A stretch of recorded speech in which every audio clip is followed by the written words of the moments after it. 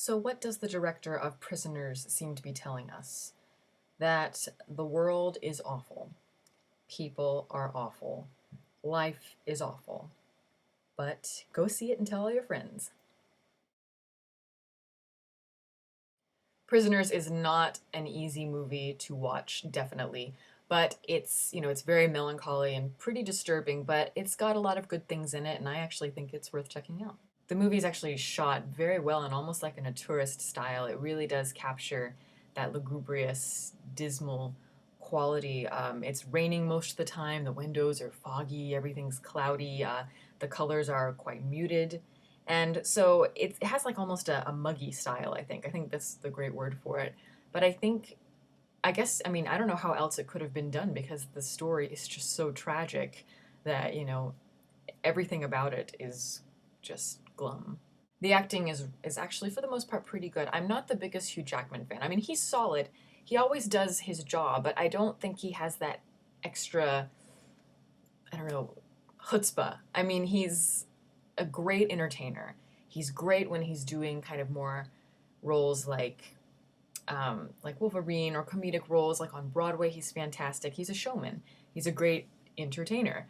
But I just don't think he really has that extra something depth that people like Viola Davis have. Viola Davis is just amazing. In every role she does, she just never fails to amaze me. In this one, her eyes are just incredibly expressive, and everything that she's feeling is there on her sleeve, but yet there's still that mystery there as well.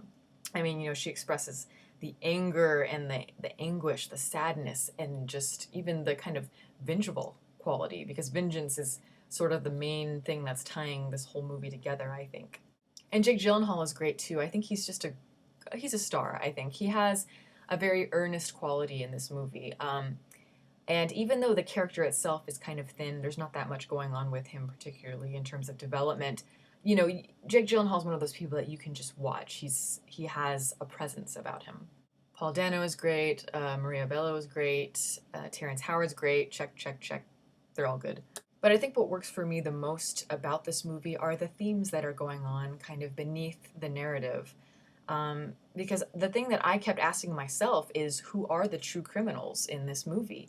Because you really don't know. I mean, you've got Hugh Jackman, and somebody has captured his daughter, and he is relentless. He will do anything to get his daughter back, and he will even resort to violence, and he becomes very vindictive in the process. Paul Dano plays Alex Jones, who's the presumed captor of the two daughters in the movie. It's kind of funny because to me he looks exactly like Mark David Chapman. He might as well be playing him because he looks just like him. He's got the same kind of giant like 1970s 80s glasses that were popular, and he has the really stringy hair, and he might as well just be having like a giant sign on his head that says like, I'm the presumed or the primary suspect of this picture, take notice. Jackman is pissed off at this guy, even though he may not even be the one who is the killer, or not the killer, the captor of the two daughters. He doesn't know for sure, but he is ready to mangle this guy. He's ready to torture him, do anything. And at times you wonder if this guy has really lost his mind. And then even Terrence Howard looks at him and he's like, are you crazy? Like this, you can't do this. And then Jackman says, well, just think about it. It's for a good cause. It's only to get my daughter back, for us to get our daughters back. And that's where it gets very interesting to me because that's when I started asking myself, and I think that's what the movie's asking, is when does doing the right thing become the wrong thing? I mean, Hugh Jackman is becoming so violent, but yet he's trying to save somebody who's innocent. But yet he should feel guilty at the same time for doing what he does.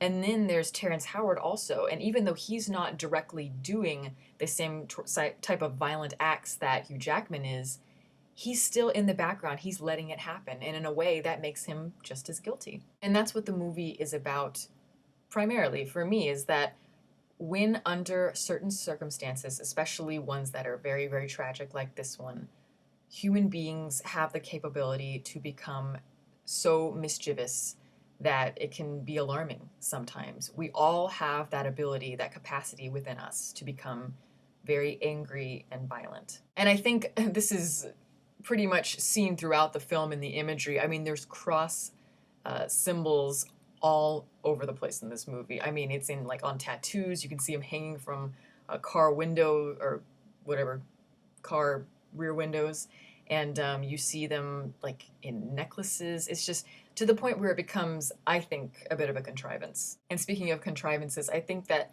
that's kind of what happens towards the second half of the film. Like the first half is just very riveting, and because it's got all these interesting things going on, but the second half to me kind of got bogged down by a bunch of red herrings and plot devices that were kind of manipulating the audience, which I didn't like. Like even in the last couple minutes of the movie, and I'm not going to give it away, obviously, but it bothered me. I was bothered by that last scene because rather than being left with something to ponder, something that really kind of gets your mind working, they kind of resorted to, I think, a very tired plot device for people to go, oh my gosh, oh, well, it's there just for the viscera, and that kind of annoyed me.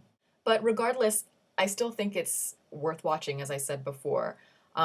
It's a good movie. It could have been great. It reminds you a lot of Mystic River and movies like even old movies, LA Confidential. Um, and it just kind of falls short of greatness, I think. But, you know, if you're not squeamish, because this is not for the faint of heart, I think, you might get something out of this movie. Certainly. So that's it. If you would like to comment or ask any questions, just down there, the comment box. And also, if you would like to follow me on Twitter, please do so. The link is below. Thank you for listening.